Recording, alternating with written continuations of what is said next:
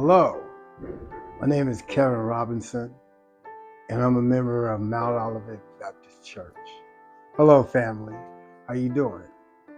I'm coming to you today to talk about my experience with a rare illness, and it's called GERD. And GERD means gastric esophagus reflux disease. I don't look at it as a disease. I look at it as an illness.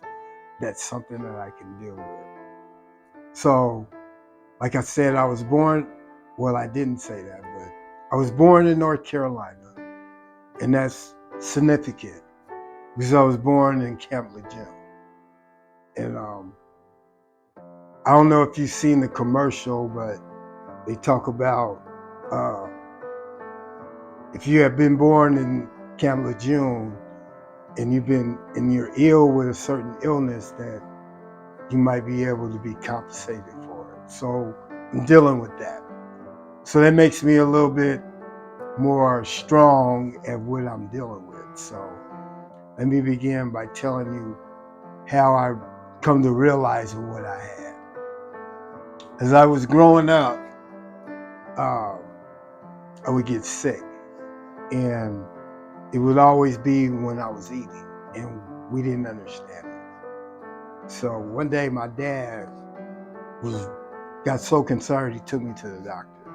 So I was diagnosed with this illness, which is rare. I haven't met anybody to my age that deals with this, so I don't have anybody to talk to. So I've been dealing with this by myself for a long time, 40 years. And it's pain every day. But because I was born with it, I was able to look at it as something normal that I had to accept and not be weak to it. And I refuse to let it define me. So what I did was I dealt with the pain with a smile. Smile all the time, like this. And the smile, for me, there were two reasons why I smiled. And I'll tell you the first reason was because I was hiding the pain. Because I didn't want it to define me.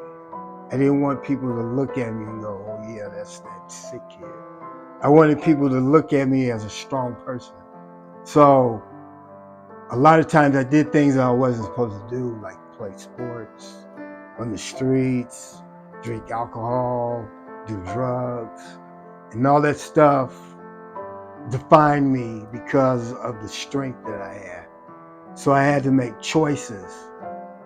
So while I was making all these choices and running the streets, I had limitations. So like if I wanted to go out to the club, I had to look at my illness first. So my illness was like my child.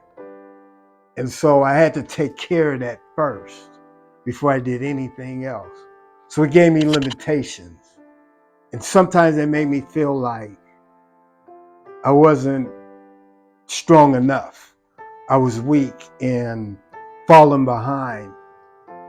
But as I got older, I started to understand that it's something that it's not that it's making me weak, but it's put me in the position where I had to think about my health more than anything else.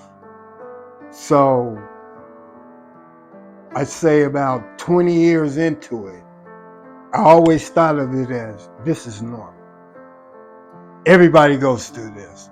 But then after 20 years, it was like, no, this is not normal. And I need to get behind this. I need to take care of this a lot more than what I was doing. So I had to stop running the streets. I had to stop going to the clubs. I had to stop drinking alcohol. And I had to make choices of my diet where, lo and behold, that I was doing the right things. But the whole time in my mind, I'm thinking, I'm just taking care of me. So I'm not thinking right or wrong, because what I learned through this situation is you can't make negative choices and expect a positive outcome, because that's insane. And I'm a little crazy, but I ain't insane. But it made me be aware of what I was doing and why I was doing it. And every time I asked myself, man, I'm not supposed to be here. I'm not supposed to be doing this. I don't think I should be witnessing it, because I'm not supposed to be here. It's like my illness gave me limits. So 4 years ago, my stomach exploded, and I didn't know it. So I called my mom, and I'm like, Mom, I said, Mom, come get me. I can't lay down, and I got this pain in my chest. Well, come get me and bring me to your house, and maybe I can sleep it off.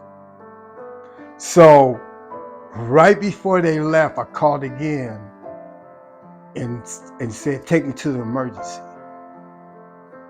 And so I didn't want to go to emergency. Last thing I want to do, because these 40 years of going through this pain, they would always look at me and go, well, we don't see anything, so take this. So now I'm dealing with my illness and the side effects of the medication they was giving me. That's why I was doing drugs and alcohol. So when I stopped all that and I started just really taking care of my diet and doing what I was supposed to do, I got sicker. So I'm getting sicker, and I didn't know it, because everything was masking it.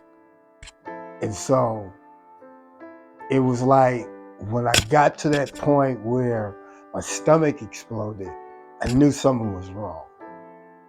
And so what I did was I called my mom and said, come get me so I can come to your house and lay down, and I'll sleep it off. Then I called her back right before she left, and I said, maybe you should take me to the emergency. And then I called back and said, no, just come get me and take me to the house. So my parents came and got me. It was my mother and father. And instead of taking me to home, to their house, they took me to the hospital.